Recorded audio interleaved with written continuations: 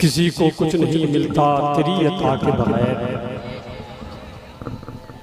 कि किसी को कुछ नहीं मिलता तेरी अता के बगैर, खुदा भी कुछ नहीं देता तेरी रज़ा के बगैर। मैं जानता हूँ उन्हें दरगुजर की आदत है, वो बख्श देंगे मुझे भी किसी सजा के बगैर। मैं जानता हूँ उन्हें दरगुजर की आदत है, मैं जानता हूँ उन्हें दरगुजर की आदत है, वो बख्श देंगे मुझे भी किसी सजा के बगैर, वो बख्श देंगे मुझे भी किसी सजा के बगैर। किसी को कुछ नहीं मिलता तेरी अता के बगैर, खुदा भी कुछ नहीं देता तेरी रज़ा के बगैर। हज़रात भाई गुलाम नूर मुजस्सम साहब क़िबला पढ़ रहे थे, उसी दौरान आप तमाम लोगों ने देखा हिंदुस्तान का वज़ीम खतीब आदम हिंदुस्तान नाशिरी मसलक आला हज़रत अल्लामा मौलाना मुफ्ती तौसीफ़ आलम साहब क़िबला मिसबाही की आमद हुई, और उन्हीं के साथ साथ खतीब अहले सुन्नत नाशिरी मसलक आला हज़रत अल्लामा मौलाना क़ारी ज़ाकिर साहब क़िबला हमीरपुरी की भी आमद हुई। हज़रत मौलाना अबरार साहब क़िबला मिसबाही और कारी हाशिमुल कादरी साहब क़िबला और मां सरताज, ये तमाम लोग बैठे। इन तमाम के हवाले से एक शेर जरा एक मरतबा या हुसैन कहें, दिल से कहिए या हुसैन। रंग में आ जाए जरा एक मरतबा दोनों हाथों को उठाकर कहें या हुसैन, या हुसैन, या हुसैन, या हुसैन। इस शेर के जो देख लेगा कहेगा हुसैन लिखा है, हर आंख वाला पढ़ेगा हुसैन लिखा है। हसीन लिख के तो देखो सफेद कागज पर, कसम खुदा की लगेगा हुसैन। हसीन लिख के तो देखो सफेद कागज पर, हसीन लिख के तो देखो सफेद कागज पर, कसम खुदा की लगेगा हुसैन लिखा है, कसम खुदा की लगेगा हुसैन लिखा है, कसम खुदा की लगेगा हुसैन।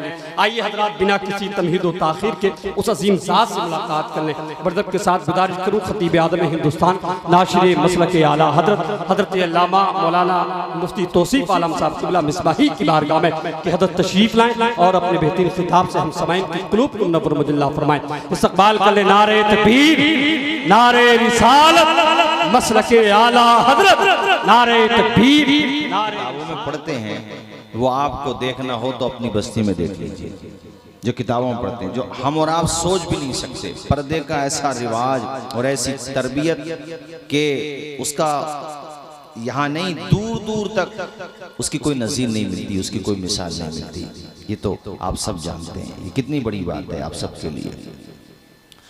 तो इमाम अबू बकर इमाम अलाउद्दीन समरकंदी ने ऐसी तरबियत की अपनी बेटी की, ऐसी तरबियत की कि वो सिर्फ कुरान मजीद को तजवीद की रियायत से पढ़ने में महारत नहीं रखती थी, सिर्फ नहीं, इसके अलावा उन्होंने अपने वालिदे माजिद की लिखी हुई किताब तुहफ़तुल फ़ुक़हा ज़बानी याद कर ली थी। ज़बानी उसको लोग देख के नहीं पढ़ सकते, आम लोग नहीं, उलमा नहीं पढ़ सकते आसानी से, उसको हल करना आसान नहीं है बगैर कुतुब के मदद के और असातिज़ा की मदद के, उसको आप हल नहीं कर सकते। मगर उनकी बेटी फातिमा नाम था उनकी बेटी का, पूरी किताब समझ भी ली और पूरी किताब जहन में बिठा भी ली, अज़बर आप उसकी हाफिजा बन गई पूरी किताब की। अल्लाह ने ऐसा शोहरा दिया उनकी बेटी को, बाप का चर्चा तो था ही मगर बेटी को रब ने ऐसा शोहरा दिया कि समरकंद के जो खलीफा थे, यानी जो वजीर आजम कह लीजिए हमारी और आपकी भाषा में, यानी जो उस वक्त के प्रधानमंत्री थे, उन्होंने अपना रिश्ता भेजा और कहा मैं चाहता हूं कि आपकी बेटी के साथ मेरा निकाह हो जाए। मगर इल्म वाले इल्म की कदर जानते हैं, आपने रिश्ता ठुकरा दिया, कहा नहीं, मैं अपनी बेटी को महज इस बुनियाद पर एक जाहिल के हाथ में नहीं दे सकता कि वो एक बड़ी कुर्सी वाला है, वो इक़्तिदार वाला है। मेरी बेटी आलिमा है, मेरी बेटी फ़क़ीहा है, मेरी बेटी बेहतरीन कुरान मजीद की कारिया है, अपनी बेटी को एक जाहिल के हाथ में हाथ नहीं दे सकता। अल्लाह अकबर कबीरा। जानते हो मेरे साथियों, उनकी शोहरत का सूरज कहां तक पहुंच चुका था? समरकंद, बुखारा और आलम इस्लाम में अल्लाह ने उनकी बेटी को शोहरत दी थी कि इमाम अलाउद्दीन समरकंदी की बेटी की को अल्लाह ने बहुत जबरदस्त तफक्को अता फरमाया है। आपने एक मर्तबा अपने शागिर्दों के सामने ये मामला जिक्र किया किया। तलामिज़ा जानते थे बेशक आपके एक शागिर्द हैं जिनका नाम है इमाम अबू बकर इब्ने मसूद यानी कासानी, जिनको इमाम कासानी कहते हैं। उन्होंने भी अपना पैगाम भेजा और कहा मैं चाहता हूं कि आपकी बेटी से, किसी को बीच में डाला, कहा हम चाहते हैं कि ये रिश्ता हो जाए। आपने फरमाया इमाम अलाउद्दीन ने कि अपनी बेटी का रिश्ता उसी के साथ करूंगा, अपनी बेटी का निकाह उसी के साथ करूंगा जिसको मेरी ये किताब ज़बानी याद हो जाए। यानी जिस तरह मेरी बेटी को ज़बानी याद है किताब, उसी तरह जिस आलिम को, जिस फ़कीह को ये किताब ज़बानी याद होगी। आसान काम नहीं था उस किताब को ज़बानी याद करना, समझ रहे हो कि नहीं।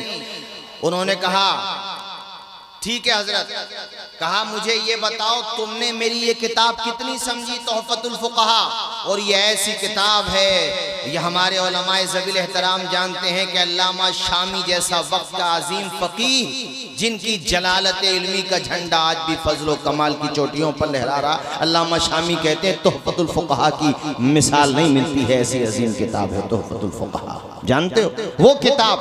आपने कहा बेटा तेरा रिश्ता मंजूर है, मगर तू मुझे ये समझा दे कि ये किताब तेरे समझ में कितनी आई है। और ये लिखित में समझा, तहरीर में तो उन्होंने उसकी शरह लिखी, यानी उसकी पूरी तफसील लिखी, उसकी जो सख्त इबारतें थी उसको सहल अंदाज में समझाने की कोशिश की। उसको हम लोग अहले इल्म की ज़बान में शरह कहते हैं। उन्होंने जब शरह लिखी तो कई जिल्दों में शरह तैयार हो गई, जिसका नाम है बदाइउस सनाए। आज भी फुक़हा की किताब आँखों का सुरमा है और उलमाए किराम उस किताब की तरफ रुजू करते हैं। जब ये शरह आपकी बारगाह में पेश हुई, आपने अपने शागिर्द के माथे को चूमा और कहा बेटे मैंने समरकंद के खलीफा का रिश्ता ठुकरा दिया था, मैंने बड़े बड़े अमीरों का रिश्ता ठुकरा दिया था, इसलिए कि उनके पास दौलत थी। तेरा रिश्ता मंजूर कर रहा हूं इसलिए कि तेरे पास इल्म की दौलत।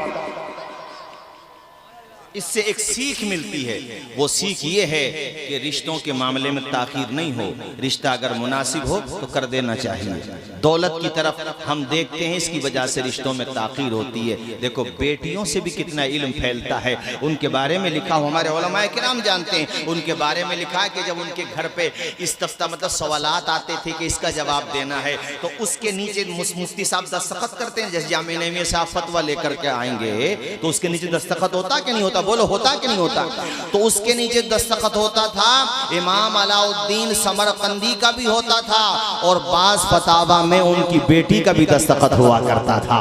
और कई दफा ऐसा हुआ कि बेटी के साथ साथ यानी बेटी का दस्तखत है, बाप का दस्तखत है और बेटी के शोहर का भी दस्तखत है, यानी तीनों का दस्तखत है। ये कैसा घराना है जिसके अंदर हर बंदा, और अल्लाह के करम से उनके घर में जो अल्लाह ने बेटी दी वो भी कितनी बड़ी आलिमा है, सुभान अल्लाह। है अक्का शाहपुर के लोगों, गनीमत नगर और आसपास से आए हुए मेरे दीनी भाइयों, क्या तुम अपने घरों में ऐसा माहौल नहीं दे सकते जैसा माहौल मुजद्दिदुल असर नाबग़े रोजगार हजरत कारी हामिद अली साहब क़िबला ने दिया है कि अपने बेटों ही को ज़ेवर तालीम से आरास्ता नहीं किया है, बल्कि अपनी शहजादियों को भी कनीज़ाने फातिमा ज़हरा बनाया। आप क्यों नहीं दे सकते ऐसा माहौल। उन्होंने ऐसे वक्त में ये इल्म का चराग यहाँ पे रोशन किया जब पूरे खित्ते में दूर दूर तक आपको इल्म की खुशबू महसूस नहीं होती थी। उस दौर में उन्होंने इदारा कायम किया। ये जिम्मेदारी बनती है, ये ना सोचो कि ये उनका इदारा है, ये सोचो कि ये हमारा इदारा है। यहाँ पे हमारी बेटियाँ भी पढ़ेंगी, यहाँ पे हमारे बेटे भी पढ़ेंगे। और यार अपने बेटों के हाथों में कलम दो। अभी बिरादर गिरामी हजरत मौलाना सरताज साहब आप पे जोर दे रहे थे कि बच्चों के हाथों में कलम दो। इल्म इल्म होता है। अरे इल्म के बगैर तो बादशाहों की गुत्थियां नहीं सुलझती हैं। वक्त के खलीफा हारून रशीद ने एक मर्तबा जज्बात में आकर के जुमला कह दिया, होश उड़ गया था उसका। हालांकि कितनी बड़ी दुनिया का वो हुक्मरान था, आधी दुनिया से ज्यादा आराजी पर, जमीन पर उसकी हुकूमत का फरेरा लहरा रहा था। अपनी बीवी जुबैदा से कह बैठा कि शाम ढलने से पहले पहले अगर मैं अपने मुल्क की सरहद न छोड़ूं तो तुझ पे 3 तलाक हो पड़ जाए। निकल गया ज़बान से। 3 तलाक हो जाए। अब उसका मुल्क इतना बड़ा था कि कई महीनों तक सफर करो तब जाके, और फ्लाइट है थोड़ी थी उस जमाने में कि यार फ्लाइट पकड़ ली, ट्रेन पकड़ ली, कैसे शाम तक कैसे पहुंचे? ट्रेन से तो शाम तक भी नहीं पहुंच सकते, कैसे पहुंचे? अब वो जब उसको ख्याल आया यार बीवी तलाक से निकल जाएगी, अब देखो यहाँ पे दौलत काम नहीं आ रही है, शोहरत काम नहीं आ रही है, दबदबा काम नहीं आ रहा है, फौज के कमांडर इन चीफ काम नहीं आ रहे हैं, दुनिया का दिल दिमाग काम नहीं आ रहा है, क्या किया जाए? शाम ढलने से पहले पहले मैं अपने मुल्क की सरहद छोड़ नहीं सकता, सरहद नहीं छोड़ूंगा तो बीवी को छोड़ना पड़ेगा, वो निकाह से निकल जाएगी। चूंकि जबान से ये निकल गया कि सूरज डूबने से पहले अगर मैंने अपने मुल्क की सरहद को नहीं छोड़ा तो मेरी बीवी जुबैदा पे 3 तलाक पड़ जाए। अब क्या करे? बड़ा परेशान। उलमाए किराम के बारगाह में ये बात पहुंची, सारे उलमाए किराम ने अपने मरजा की तरफ रुजू किया, और उस दौर में जो मरजाए खलाई था, मरजाउल उलमा था, मरजाउल फुक़हा था, मरजाउल मुतकल्लिमीन था, जानते हो वो कौन था? वो इमाम आज़म का शागिर्द हजरत इमाम अबू यूसुफ। आपकी बारगाह में ये बात पूछी, आपने मुस्कुरा करके कहा कहो खलीफा से, अरे तुम इख्तिदार की कुर्सियों पे बैठ के ये न सोचो कि हमारे बगैर तुम्हारा काम चल जाएगा।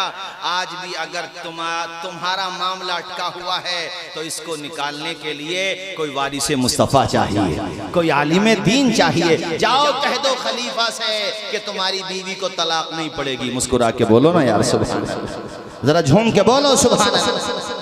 तुम्हारी बीवी को तलाक नहीं पड़ेगी। वो बड़ा खुश हुआ, दौड़ा दौड़ा आया, का हुजूर कैसे आया है? किसी को भेजा। आपने फरमाया क्या कसम खाई है उसने? यही तो कि शाम तक अगर अपने मुल्क की सरहद न छोड़ी तो बीवी पर तलाक पड़ जाए। तो हम कह रहे हैं ना उसके मुल्क की सरहद छूट जाएगी, वो मस्जिद में चला जाए, इसलिए कि मस्जिद में न उसकी हुकूमत है न उसके बाप की हुकूमत है।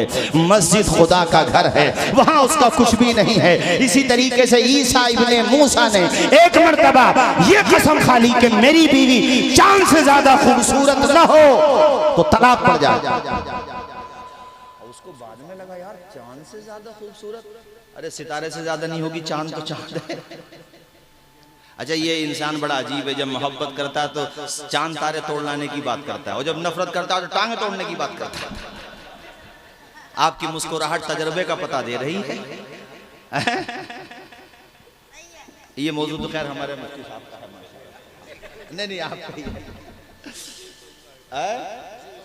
हाँ ना, इसके अब नहीं आएगी, शादी के बाद आ जाए हमारे माशाल्लाह कारी हाशिम साहब। अच्छा मैं देखता हूँ कि हजरत ने शहजादे तो शहजादे हैं ही माशाल्लाह, लेकिन अपनी बेटियों के जहाँ पे निकाह किए हैं उनको भी आप देखें। हमारे हजरत मौलाना अबरार साहब आप जाके संभल में देखिए, रज़ाए हसनैन अल्हम्दुलिल्लाह क्या जिम्मेदारी निभाते हैं। इधर देखिए कारी हाशिम साहब। अच्छा शागिर्दों का मामला भी ऐसा है मेरे वालिद साहब, और मैं तो कैमरों के सामने कह रहा हूँ भाई, मैं कोई ऐसा थोड़ी नहीं है जो कान में कह सकते हैं मैदान में भी कह सकते हैं। मेरे वालिद साहब भी हजरत के शागिर्दों में थे, और ये जो आप देख रहे हैं जो तूतिए हिंद हैं अल्हम्दुलिल्लाह, अल्लाह ने ऐसा, हमारे कारी जीशान साहब हमारे भाई संभल से आए, कह रहे हैं यार हजरत देखने में भी ऐसे ही हैं और आवाज़ भी ऐसे ही है। सुभान अल्लाह, अब भी अपने रंग में आ जाएं तो नौजवान उलमा के माथे पे पसीना आ जाए अल्हम्दुलिल्लाह। तो ये किसका फैज़ान है? जोर से बोलो। ये दरसगाह हामिदी ही का तो फैज़ान है। अरे दरसगाह हामिदी यहाँ रही हो या संभल में, फैज़ान तो उसी का है ना। अल्लाह खुश रखे, ऊपर करने अता फरमाए, शादो आबाद रखे। मुस्कुरा के बोलिए सुभान अल्लाह।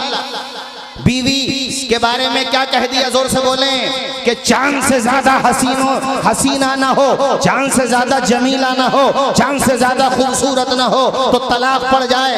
अब होश आया बाद में, यार जज्बात में क्या निकल गया मुंह से, मेरी बीवी चांद से ज्यादा खूबसूरत तो नहीं है, बहरहाल खूबसूरत तो है मगर चांद से ज्यादा।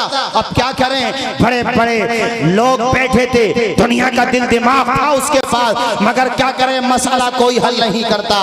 उसकी परेशानियों को भी दूर किया है तो एक फकीह ने दूर किया है। उसने उससे मुस्कुरा करके कहा यार परेशान क्यों होता है, चल जा तेरी बीवी को तलाक नहीं पड़ेगी। कहा हजरत कहाँ चांद और कहाँ मेरी बीवी हो, उसमें मोहब्बत में कहीं तो बैठा, मगर मुझे पता है वो चांद से ज्यादा हसीना थोड़ी है। उन्होंने कहा तेरे जुमले की तावील है हमारे पास, और वो कुरान मजीद की ये जो वाक़या मैं सुना रहा हूँ आपको, तफसीर कुर्तुबी में सूरह 3 की तफसीर में, और भी किताब मिल जाएगा।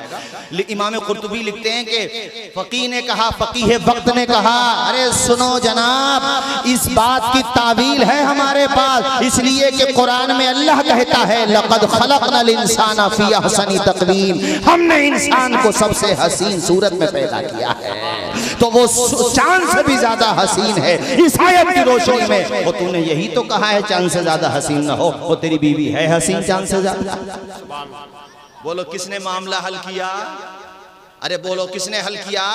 आलिम ने। तो इसलिए इन इदारों का बाकी रहना जरूरी है, इन मदरसों का जिंदा रहना जरूरी है, ताकि यहाँ पे इल्म हासिल करते रहो। इमाम शाज़िली लिखते हैं, फरमाते हैं कि एक मरतबा में मस्जिद अक्सा में, मस्जिद अक्सा का नाम तो आप बहुत सुनते हो, देखते हो कि नहीं देखते हो, हैं कैसा जज्बा अल्लाह ने वहाँ के लोगों को अता फरमाया। हम लोग तो सिर्फ बातें करते हैं, असल आपको देखना हो नबी के गुलाम तो उनको देखो आप, हैं अल्लाह ने कैसा जज्बा अता फरमाया। तो मस्जिद अक्सा में इमाम शाज़िली कहते हैं, मैं आराम कर रहा था, मेरी आंख लगी और बंजर ज़मीं पे नूर की बरसात हो गई, ख्वाब में नबी से मुलाकात हो गई। नबी रहमत तशरीफ़ लाए ख्वाब में। अच्छा ये जो है मुख्तसर अंदाज में इसको अल-मुअतमदुल मुस्तनद में आला हज़रत भी लेकर के आए, और भी बहुत सारी किताबों में है, हमारी अहले सुन्नत की बहुत सारी किताबों में है। अब तफसील से ये है जो मैं बता रहा हूँ। इमाम शाज़िली कहते हैं, मैंने ख्वाब में देखा अंबियाए किराम तशरीफ़ फरमा हैं, इतने में जाने आलमीन तशरीफ़ लाते हैं, रहमतुल लिल आलमीन तशरीफ़ लाते हैं। नाम उसमें बाज़ाब्ता नाम भी इमाम शाज़िली बता रहे हैं, कहते हैं कि हज़रत इब्राहीम खलीलुल्लाह भी हैं, मूसा कलीमुल्लाह भी हैं, ईसा रूहुल्लाह भी हैं। कैसा प्यारा मंजर होगा, तसव्वुर तो करो, जहाँ पे मुक्तदा भी हैं, मुक्तदी भी हैं, जहाँ पे मेराज के दूल्हा भी हैं, और मस्जिद अक्सा में नमाज पढ़ाने वाले इमामुल अंबिया भी हैं, और नमाज पढ़ने वाले नारे रिसालत उलमाए अहले सुन्नत मसलके आला हजरत, नारे तकबीर, नारे रिसालत उलमाए अहले सुन्नत मसलके आला हजरत, नारे तकबीर, नारे रिसालत।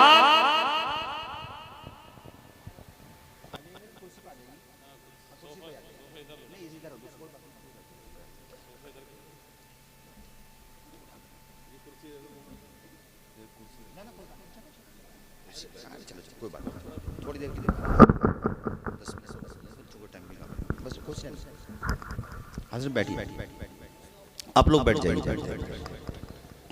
नहीं आप बैठिए, बैठ जाओ, सारे लोग बैठ जाओ। मुजव्विदुल असर, नाबग़े रोज़गार, उस्ताज़ुल क़ुर्रा वल हुफ़्फ़ाज़, उस्ताज़ुल असातिज़ा हज़रत क़ारी हामिद अली साहिब क़िबला तालल्लाहु उम्रा वज़ीद मजदू हमारे और आपके दरमियान जलवाबार हैं। ये चिराग इसी तरह से रोशन रहे, ये गुलाब इसी तरह से खिलता रहे।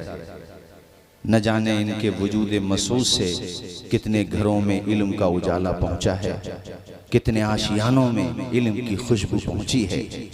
सिर्फ बेटों ने नहीं, बेटियों ने भी अपने सीनों को ज़ेवर इल्म से आरास्ता किया है। अल्हम्दुलिल्लाह, दूर दूर तक आप चले जाइए, हज़रत का जिक्र खैर आपको मिलेगा दूर दूर तक। खैर कलमा पढ़े एक मरतबा, अशहदु अल्ला इलाहा इल्लल्लाह व अशहदु अन्ना मुहम्मदन अब्दुहु रसूलुहु, बस ये आखिरी बात।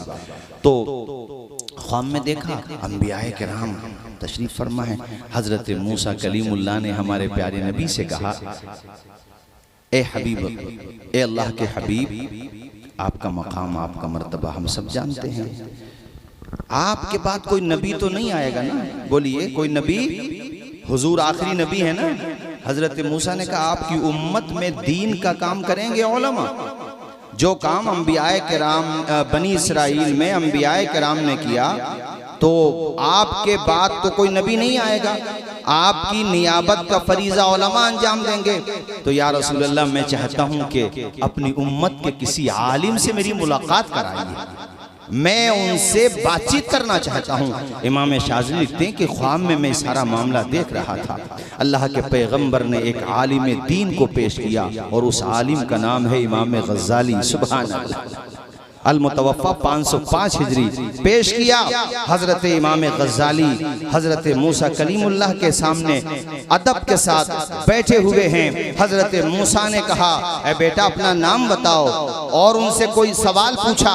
इमाम गज़ाली ने एक सवाल के 10 जवाबात दिए। हजरत मूसा ने कहा, बेटा बात मैंने एक पूछी है तो जवाब भी एक ही दो, बात खत्म हो जाएगी, मगर आपने एक सवाल के बदले में 10 जवाबात दिए मेरे लाल।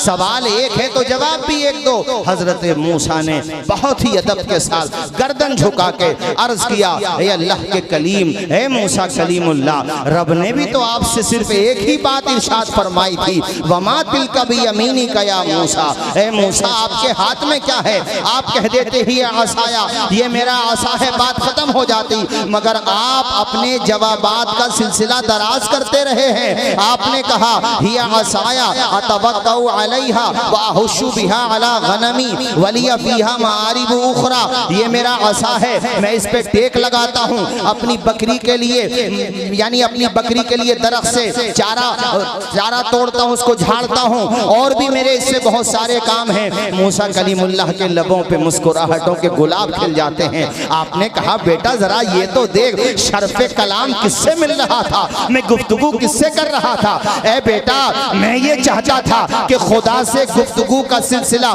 यूं ही चलता रहे और मैं खुदा के कलाम के फैजान से माला माल होता रहूं, इसलिए मैं अपना कलाम बढ़ाता चला जा रहा था, जवाबात देता चला जा रहा था। हजरत इमाम गज़ाली ने कहा, हे अल्लाह के कलीम, आप खुदा से सिलसिले कलाम बढ़ाना चाह रहे थे और मैं खुदा के कलीम से सिलसिले कलाम बढ़ाना चाह रहा हूँ। मैं ये चाहता हूँ कि आपसे गुफ्तगू का सिलसिला बढ़ता रहे। नारे तकबीर, पेशानी चूम ली, पेशानी चूम ली उन्होंने नाज़िम साहब, और कहा, या रसूल अल्लाह मुझे अंदाज़ा हो, मैंने जान लिया कि आपकी उम्मत के उलमा की शान क्या है। इनका नाम इमाम गज़ाली है। इमाम शाज़ली कहते कि ये ख्वाब में देख ही रहा था, इतने में किसी ने आकर के मेरे पाँव पे, इमाम गज़ाली, हाँ इमाम मोहम्मद जी जी जी, कहा इमाम शाज़ली ने कि मैं ख्वाब देख ही रहा था, मैं अचानक मेरे अंगूठे पे आके किसी ने मुझको जगाया, मैं उठा तो मैंने देखा सामने मस्जिद अक्सा के इमाम साहब खड़े हुए हैं और उन्होंने कहा, बेटा उठो, नमाज का टाइम हो गया और यहाँ आज़ान हो रही है फज्र की। और फिर मैं जब बेदार हो गया तो इमाम ने कहा, बेटा हैरत से मुझे क्या देखता है, जहाँ पर भी जलवा नजर आ रहा है, नूर नजर आ रहा है, आमना के लाल का सदका नजर आ रहा है। कहते हैं उसके बाद वो इमाम साहब भी फिर कभी मुझे दिखाई नहीं दिए। सुभान अल्लाह, क्या शान होती है इल्म की। इसलिए भाइयों, मैंने आपसे अर्ज़ किया था कि इस मदरसे को खूब तरक्की देने की कोशिश करो यार। जेब की रकम क्या चीज़ है, अगर लहू के कतरों की भी ज़रूरत पड़ जाए तो हज़रत के कदमों में ला कर के पेश कर दो और कहो कि हमें अपनी बेटियां भी पढ़ाना है, बेटे भी पढ़ाना है। आपने जो इदारा कायम किया, अर्ज़ किया था मैंने उस दौर में जबकि यहाँ पर क्या था, हम तो आते तो ज़माने में कश्ती चला करती थी, आज तो माशाल्लाह मर्सिडीज गाड़ियाँ दौड़ रही हैं अल्लाह के करम से। तो यहाँ पर उस ज़माने में हज़रत ने ये इल्म का चमन आबाद किया था। आखिरी बात तकरीर ख़त्म करता हूँ चूँकि फहरिस्त काफ़ी तवील है। एक नाम है इमाम मुज़नी का। ये ऐसे अजीम मुहद्दिस हैं, जैसे हमारे वहाँ पर इमाम आज़म के बाद इमाम अबू यूसुफ का नाम आता है, इसी तरह से शवाफ़े में इमाम शाफ़ई के बाद इमाम मुज़नी का नाम आता है। ये इतने बड़े फ़क़ीह थे कि इनकी एक किताब बहुत मशहूर है जिस किताब का नाम है अल मुख्तसर। अल्लाह ने इस किताब को ऐसी शोहरत अता फरमाई कि एक दौर ऐसा भी गुजरा है जब बेटी वाले अपनी बेटियों को जहेज में अल मुख्तसर को दिया करते थे तोहफे में, और कहते थे बेटी घर पे जाकर के कुरान की भी तिलावत करना और अल मुख्तसर से अपने बच्चों को ज़ेवर तालीम से आरास्ता करने की कोशिश करना। उस किताब का नाम अल मुख्तसर है। ये इमाम मुज़नी वो है मेरे साथियों। मैं आपसे अर्ज करता चलूं कि गरीब परवरी बहुत किया करते थे, यतीम बच्चों का बड़ा ख्याल किया करते थे और यतीमों से बड़ी मोहब्बत किया करते थे। एक मर्तबा एक यतीम बच्ची ने इमाम मुज़नी के लिए बारगाह खुदाबंदी में अपने हाथों को बुलंद किया था और कहा था, या अल्लाह इमाम मुज़नी पर इतना करम फरमा, जहन्नम की आग भी हराम कर दे, दुनिया की आग भी हराम कर दे। और उसका असर ये हुआ कि दुनिया में जलते हुए अंगारों पे अपना हाथ रख दिया करते थे, मगर आग उनके हाथ को नुकसान नहीं पहुंचाया करती थी। उनका नाम ईमान। ये इल्म का फैजान होता है, इल्म की बरकत होती है। भाइयों, आखिर में यही अर्ज करूंगा, आधी रोटी खा लो यार, फाका भी करना पड़े तो कर लो, मगर अपने बच्चों को, आज हजरत की मिसाल आपके सामने देखो, शहजादे को पढ़ाया, तो आज भारत का कोई गोशा है ऐसा, बोलो कोई गोशा है ऐसा जहां आपकी बस्ती का नाम ना पहुंचा हो?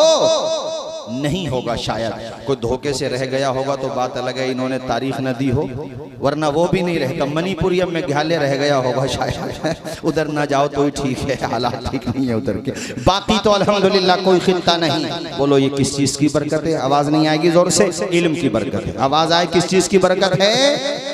आपसे मैं दरख्वास्त करूंगा, अक्का शाहपुर वालों, गनीमत नगर वालों, चटकाली वालों, आसपास से जहां जहां से भी आए हो, सबसे कहता हूं अपने बच्चों को पढ़ा लेना। फाका करना पड़े तो कर लेना। एक फकीर के बारे में आता है कि उन्होंने ऐसी ज़ख़ीम किताब खरीदी कि जेब में पैसे नहीं थे और उनसे उधार लेकर के आए, कहा मैं मजदूरी करके तुम्हें रकम दे दूंगा, मगर खरीदे ना हो सके पैसे। साहिबे किताब ने पैसों की डिमांड की, कहा भैया या तो किताब दो या पैसा दो। उनके पास नहीं था, कहा यार किताब तो नहीं दे सकता, कहा फिर पैसे दो। मकान की छत पे खड़े हो गए और छत पे खड़े होने के बाद ऐलान किया अपने मकान को बेच रहा हूं। ऐलान करना था, नीलाम कर दिया, मकान बिक गया। उससे जो रकम आई वो किताब के मालिक को रकम दी और किताब अपने पास रखी और ये पैगाम दे दिया कि रहने को मकान रहे न रहे, पहनने को कपड़े रहे न रहे, पाँव में चप्पलें रहे न रहे, मगर हाथ में किताब रहना चाहिए। और उनका नाम तबकातुल हनाबिला में सुनहरे अल्फाज में लिखा हुआ है। मेरे साथियों, इल्म ऐसी चीज है, इसलिए अपने बच्चों को पढ़ाओ। ये कभी ना सोचो यार हम एक विलेज में रहते हैं, देहात में रहते हैं, क्या होगा। बात इल्म की आई मुफ्ती साहब, तो अभी रिसेंटली, अभी मेरे ख्याल से एक हफ्ता भी नहीं गुजरा है, अभी यूपीएससी का एग्जाम आया, बात आई, तो मैं एक इल्म के एतबार से बता रहा हूँ कि इल्म एक चीज होती है जो इंसान को इज्जत दिलाती है। भाई इल्म इल्म है, इल्म नाफे तो बहरहाल इल्म नाफे है, मगर इल्म को दूसरा भी हासिल करता है तो उसका भी बेनिफिट मिलता है। पवन कुमार नाम में लड़के का यूपीएससी एग्जाम निकाला, अभी पत्रकार उसके घर पे पहुंचे तो घर पे हजरत उसके घर पे छप्पर पड़ा हुआ है, छप्पर पड़ा हुआ है घर पे, और उसने अपने घर फैमिली वालों से कहा कि मुझे मोबाइल चाहिए, क्योंकि चीजें डिस्कवर करना होती हैं, रिसर्च करना होती है, मालूमात करना होती है, तो मैं कहां से लाऊं। तो उसके घर पे उसकी बहन ने, उसकी माँ ने और उसके वालिद ने, तीनों ने मेहनत की, मजदूरी की, तब जाकर के 3 या 4 हजार रुपए जमा हुए। तो उन 3-4 हजार रुपए में सेकंड हैंड मोबाइल उसने लिया। कितनी मेहनत की होगी उसने। और आज देखो जब यूपीएससी का रिजल्ट आया है, बड़े बड़े मिनिस्टर उसके घर पे जाकर के उसकी मेहनत को सैल्यूट कर रहे हैं। ये एजुकेशन की पावर होती है, ये तालीम की पावर होती है। आज कितने अफसोस की बात है, जिला मुरादाबाद में आप तलाश कर लीजिए, किसी कम्युनिटी की बात नहीं कर रहा हूं मैं, मगर बात आ गई तो कह रहा हूं, मुझे बताइए कि आपकी पूरी बस्ती में एक भी दरोगा है, एक भी हमारे पास एडवोकेट है? अरे ये तो एहसान है उलमा का कि इन्होंने अल्हम्दुलिल्लाह घर घर में अहले इल्म पैदा कर दिए, उलमा पैदा कर दिए। मगर कभी कभी संवैधानिक ये सियासत की कुर्सियों पर बैठने वालों से भी हिसाब लो कि हमारे उलमा ने तो मदरसे बनाए, क्या तुमने भी हमारी बच्चियों के लिए स्कूल बनाए, हमारे बच्चों के लिए स्कूल बनाए? मगर तुम इसी में खुश हो के नेताजी हमारे घर पे आ गए, दावत खा गए, फोटो खिंचवा गए, बात खत्म। अब इन बातों से क्या होता है? जिस तरह से तुम उलमा का मुहासबा करते हो, इनसे भी पूछो कि पिछले 77 सालों में तुमने क्या किया है। अरे आटे में नमक के बराबर तादाद है ऐसे लोगों की जिन्होंने बच्चों के हाथों में कलम देने का काम किया है। और याद रखना, मरने के बाद नाम उन्हीं का जिंदा रहेगा जो दुनिया में कुछ काम करके जाएगा, वरना तो बड़े बड़े राजे रजवाड़े आए, अरे हमारे मुगल भी आए, किसका नाम जिंदा है? चंद ही का तो नाम जिंदा है, लेकिन जिन्होंने इल्म फैलाया उनका नाम 812वां उर्स था गरीब नवाज का। मगर आज भी अक्का शाहपुर में एक नाबालिग बच्चे से खड़ा करके पूछा जाए, बेटा गरीब नवाज को जानता है? तो मुस्कुरा के कहेगा अजमेर शरीफ में उनका मजार शरीफ है। 812 साल हो गए मगर बच्चा बच्चा जानता है। 150 हिजरी में इंतकाल हुआ था इमाम आजम का, मगर पूरी दुनिया में हनफी मौजूद हैं इमाम शाफई से मोहब्बत करने वाले। किस चीज ने जिंदा रखा? जवाब देते हैं हमारे नाज़िम जलसा, और बड़ा प्यारा जवाब देते हैं कि दामने मुस्तफ़ा से जो लिपटा यगाना हो गया, जिसके हुजूर हो गए उसका जमाना हो गया।